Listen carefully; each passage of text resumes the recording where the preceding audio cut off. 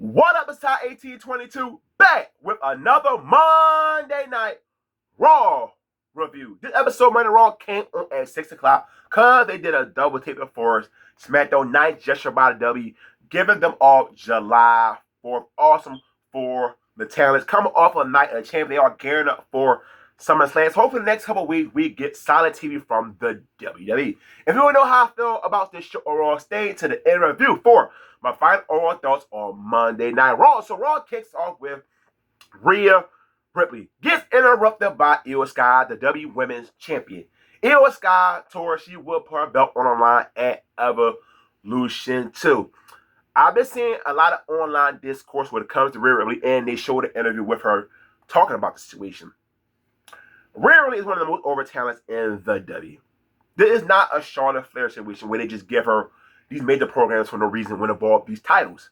The last time Io and Rhea had a match for the Women's Championship, it ended in DQ because Bianca Belair got involved to build up that triple threat match. Now, when Evolution 2 match ends, that's when you can move on from Rhea Ripley and Io Sky, whoever is the winner of that match. And speaking of Io Sky, I've been surprised by the lack of in-ring work she's been getting from Triple H because she's one of those talents that thrive off being a workhorse in the W. So it's such a weird decision by Triple H. A tag team championship match, the New Day versus Finn Balor and JD McDonough.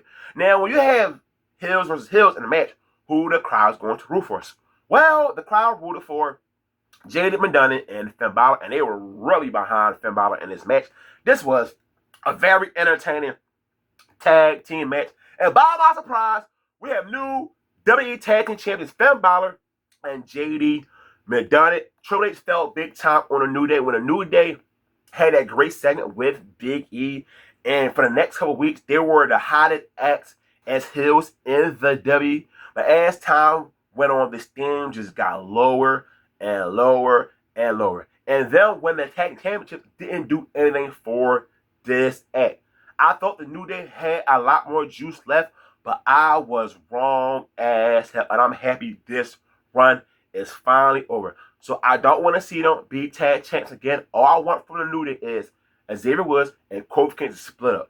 One could go on SmackDown, or just have both guys on the same brand and have one of them turn on each other. I would prefer Xavier Woods turning on Kofi Kingston. I would love to see Kofi Kingston be a singles guy and be back in the mid-card division for the U.S. Championship or the Intercontinental or whatever. Xavier Woods never done much on his own, so I'd love to see what can he bring to the table as a single competitor in the WWE. And we did find out Raquel Rodriguez will be teaming with Roxanne Perez, and it will be involved in a match at Revolution.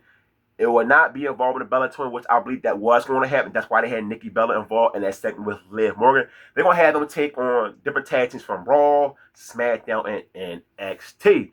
Chad Gable, who is one of the MVPs of WWE, he is out with injuries. That's the reason why they ran the angle with Penta attack on backstage. And now, who's going to replace El Grande Americano? Well, it's Luis Kaiser. I'm not sure how this is going to go, but I'm looking forward to it. And Chad Gable was doing wonderful stuff on WWE television. So hopefully, Luis Kaiser can follow in his shoes with this El Grande Americano character. Of course, both guys are not the same size. They don't work the same style, so I'm not sure how it's really going to play out on TV. Rusev versus Sheamus, a Hall fight. This was a phenomenal match. Both guys had sweat just flying all over the arena. A match like this, you don't get often in W because a lot of people like to do high spot. They all were just on the mat, not doing a bunch of stuff. Just classic heavyweight wrestling. Rusev is your winner so far in W. His run, I really can't judge it yet, but hopefully he could get some momentum and can do some big stuff with Rusev. I'd love to see Rusev be a world champion in W, but right now, I can't see it. I need to see him continue to gain momentum for me to say, okay, please put a world title on Rusev. When it comes to Sheamus, you know what? Sheamus continues to be one of the most underrated talent in W. Whatever you give him, he delivers in W. He is a former multi-time world champion, but none of those belts ever meant nothing. With his story arc right now, I know they did something with him trying to be the Intercontinental champion again. No. Now, it's time for them to do a story arc where Sheamus wants to be the world champion once again, and I will buy it, and I bet a lot of fans will buy in it too. The world champion, Gunther, comes out and talk about Bill Goldberg, the match that would take place at Saturday Night Main Event for his World Heavyweight Championship. Now, I praised him last week for his promo. I loved it, but this one, I really didn't care for this one right here. I just wish they showed a video pack of his dominance in W like they did with Bill Goldberg during his WCW days, and WWE made complete sense with this. There's a match, both guys' dominance. Seth freaking Rollins come out, he continued to play to the crowd too much. My goddamn, like, please be a heel in W. Change the man theme song. CM Punk came out because, you know, Rollins calls for the match. Then we get, a match I am looking forward to, but I really could have done without this segment. I'm surprised I'm saying it because all these guys I'm fans of, but the segment really did not work for me. Bayley versus Liv Valkyria, the winner will face Becky Lynch for the Women's Championship, but this match ended in a draw. You rarely see this in the WWE, but we're going to get a triple threat most likely at Evolution 2. When that match is over, I expect Liv Valkyria to turn on Bayley and be a heel. She is a babyface who is pretty boring. She can go in a ring, but if she be a heel, I'd love to see more of a character from her. So I hope that's the route the W will go with. The main event, Sami Zayn teams with Penta versus Braun Breaker and Braun Reed. This was a fun main event. I'm always impressed by Braun Breaker. I always got to heap praise on this guy. This guy is the next franchise player in the crowd just knows it. Because the energy in the building just feels different when he's out there. Braun and Braun got the victory post-match.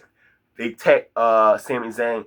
Jey Uso came out to make the save because Braun Reed took him out 2 weeks ago on Monday Night Raw. So, Monday Night Raw as a show, overall, I would say it was a decent show from the WWE.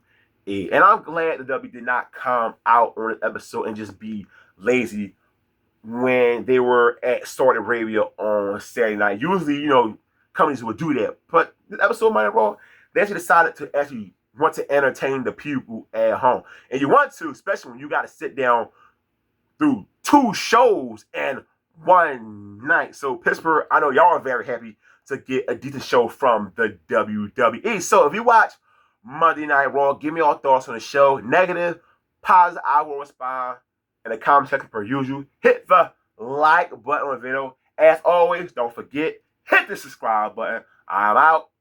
Peace.